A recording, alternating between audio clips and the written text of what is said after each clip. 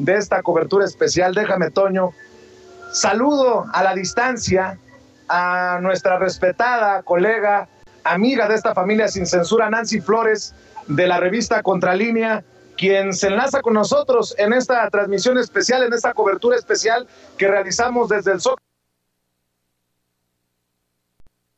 Sí, te mando un abrazo, ¿cómo te va? Muy buenos días, buenas tardes. Buenas tardes, Vicente, pues ni tan a la distancia, porque ya sé que estás aquí en el Zócalo de la Ciudad de México. Muy buena tarde. Así es, mi querida Nancy. Oye, dame tu opinión acerca de estos 3 años de gobierno con una oposición en nado sincronizado, tratando de pues montar esta narrativa de que no hay nada que celebrar. Y bueno, pues yo sí veo mucha gente celebrando y llegando al Zócalo.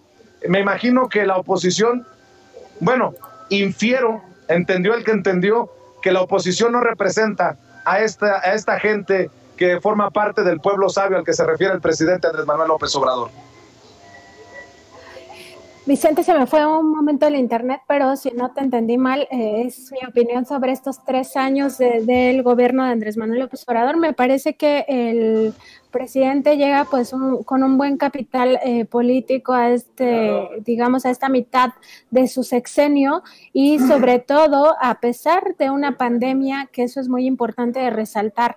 La pandemia de COVID-19 generó muchísimo descontento en otros lugares del planeta. En México no, en México se mantiene la popularidad en algún sentido del presidente Andrés Manuel López Obrador. Incluso los medios que no son afines o que están totalmente en contra de esta administración federal, pues reconocen que alrededor de un 70% de la población pues se mantiene firme en el apoyo al presidente Andrés Manuel. Entonces me parece que llega pues muy fuerte a esta mitad de sexenio, y sobre todo además convocando a una fiesta, porque es lo que se está viviendo desde las primeras horas en el Zócalo de la ciudad. Yo he estado muy atenta a todo lo que está pasando, y más tarde voy a ir un rato, espero ahí encontrarte, Vicente, pues a ver cómo está la efervescencia, pero por lo visto va a ser una celebración importante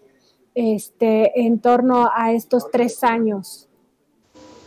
Así es, mi querida Nancy, y creo que son muy malas noticias para aquellos que no comparten este proyecto de nación de Andrés Manuel López Obrador, las encuestas y sobre todo lo que estamos viendo con la llegada de tantas personas todavía muy temprano al Zócalo capitalino.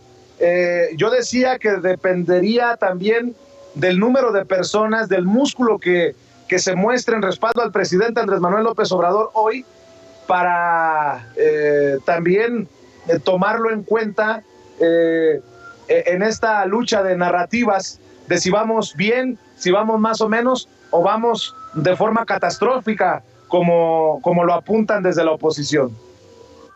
Así es, Vicente, y narrativas además que digamos que embonan en una estrategia que se ha denominado el golpe blando o el golpe suave. Hay que recordar que en Contralínea nosotros hemos dado cuenta de cómo estas estrategias tienen precisamente esta finalidad de debilitar al gobierno de Andrés Manuel López Obrador, y que van desde campañas de desprestigio hasta sabotajes, ¿no?, en términos económicos. Entonces no hay que dejar de lado esta reflexión que hacen académicos, sobre todo en torno a estas estrategias, ¿no? Entonces sí es una mala señal para quienes están en contra del gobierno de Andrés Manuel López Obrador lo que va a ocurrir hoy, pero ellos ya lo sabían, Vicente. Por eso desde el Instituto Nacional Electoral se ha estado frenando el procedimiento de revocación de mandato que se pensaba que podría hacerse en marzo del siguiente año, porque precisamente saben que van a perder, o sea que el respaldo está con el presidente,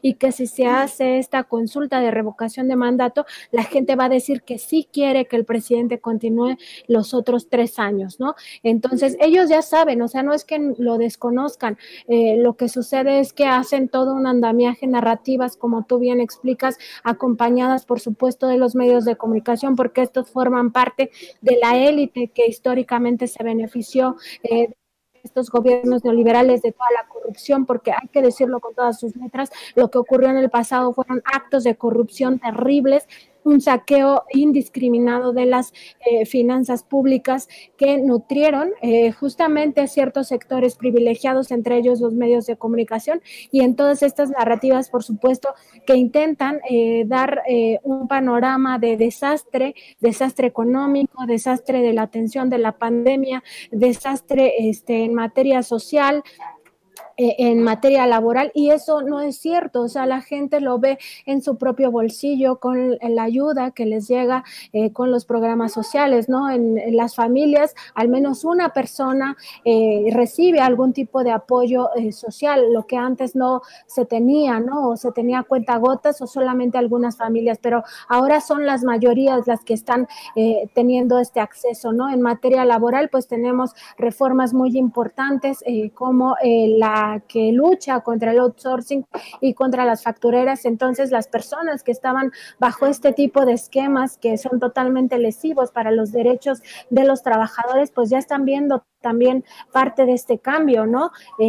Garantizándose sus derechos como a la vivienda, a la seguridad pública, a los servicios de salud, etcétera, ¿no? Entonces, estamos viendo también en el manejo de la pandemia que nos decían que hasta 2035 o hasta, no sé, 2100 o no sé qué pronóstico hacían, todos estaríamos vacunados, cuando en realidad ya a estas alturas la mayoría de la población está vacunada y ahora se está empezando con los adolescentes, ¿no? Entonces sí, en efecto, hoy se va a mostrar precisamente ese respaldo hacia el presidente Andrés Manuel López Obrador. Querida Nancy, para cerrar, permíteme referirme a un tuit que leí tuyo en tu cuenta de Twitter. Fuiste durísima luego de esta, entre comillas, investigación dada a conocer por un grupo de medios y de periodistas, muy criticado por el presidente Andrés Manuel López Obrador, señalando sobre todo a la revista Proceso y a Carmen Aristegui, y decías que el periodismo no es inferencias, y yo lo comparto, y desde aquí hemos sido claros, hemos señalado que nuestra opinión, y con el poco o mucho bagaje que tenemos en 20 y tantos años de experiencia en esta labor, se cae, creo yo, la investigación, y más cuando los autores, los que firman la investigación sobre el programa Sembrando Vida, la compañía creada por uno de los hijos del presidente Andrés Manuel López Obrador, estos chocolates Rocío,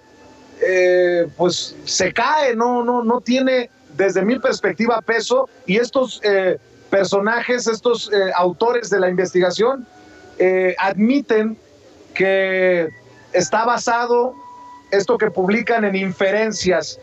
No sé si quieras entrarle con tu opinión, mi querida Nancy, a esto que trae muy interesado también al pueblo, a la gente de a pie, a la gente que se informa en espacios independientes como Contralínea y sin censura. Sí, Vicente, mira, nosotros hemos platicado en muchísimas ocasiones cuál es el objetivo de la actividad periodística, y ante todo hemos dicho que es una responsabilidad social y se basa en estos principios, ¿no? La búsqueda de la verdad, la independencia y precisamente la responsabilidad que tienes con la sociedad. Entonces, en ese sentido, sí, teóricamente incluso se sabe, ¿no?, que los reportajes no pueden hacerse a partir de inferencias. O sea, eso es una lección que recibes desde los primeros semestres en la universidad cuando estás estudiando periodismo. Entonces, decir que un reportaje o varios reportajes o trabajos de investigación están basados en inferencias, pues es una contradicción en términos teóricos de lo que es el periodismo. Cuando hablas de que un reportaje está basado en inferencias, pues en realidad en el argot periodístico se conocen como voladas, Vicente, o sea, y tú debes de saberlo, y esto de las voladas, pues dices, te volaste esta nota, o sea, es decir, estás inventando, estás inflando la información o acomodándola de cierta manera para que parezca lo que en realidad no es, o sea, las pruebas que tú no tienes. En ese sentido, bueno, recordarle a la audiencia que el periodismo ante todo se debe a la sociedad, no a grupos de interés, no a personajes que en cierto momento estén en el poder o tengan un poder de los llamados fácticos, ¿no? O sea, por ejemplo, el gran capital, pues no necesariamente está en un poder institucional, pero sí ejerce el poder.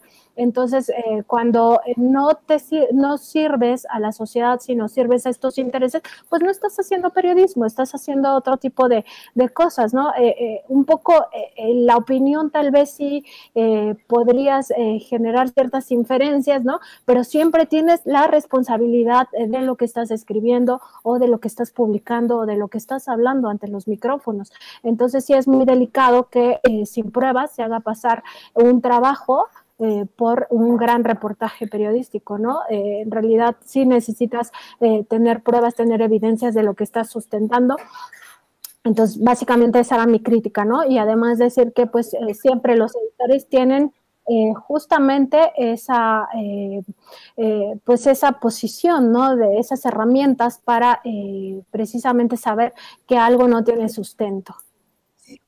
Nancy, te saluda con mucho gusto Toño Ruiz y permíteme abundar en este tema que es muy, muy importante. Tú no solamente como periodista, como corresponsal de Contralínea, sino como catedrática, como maestra de periodismo, podemos en todo caso ya de desvirtuar el trabajo de estos dos periodistas que infieren la nota, como bien lo mencionas, como ellos mismos aceptan en el programa de Julio Hernández López, Julio Astillero.